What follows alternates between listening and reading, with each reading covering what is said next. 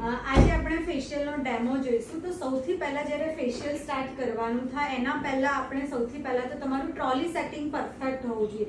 જ્યારે પણ તમારે ક્લાયન્ટનું ફેશિયલ કરવાનું થાય તો તમારું ટ્રોલી સેટિંગ પ્રોપર હોવું જોઈએ, ડેકોરેટિવ હોવું જોઈએ, આડું અવડું મેશઅપ ટ્રોલી ના હોવી જોઈએ.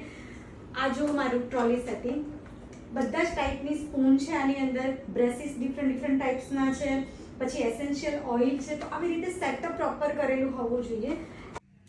એની સાથે સાથે મારી ટ્રોલી તમે જોઈ શકો છો. આ મારી ટ્રોલીની અંદર પ્રોપર દરેક વસ્તુને મેં સેટ કરીને મૂકેલી છે, જેમાં એસ્ટ્રેન્જન્ટ વોટર છે, ડેટોલ છે, રોઝ વોટર છે, SPF છે. તો દરેક વસ્તુને મેં એક બાજુ પ્રોપર સેટ કરીને મૂકી છે.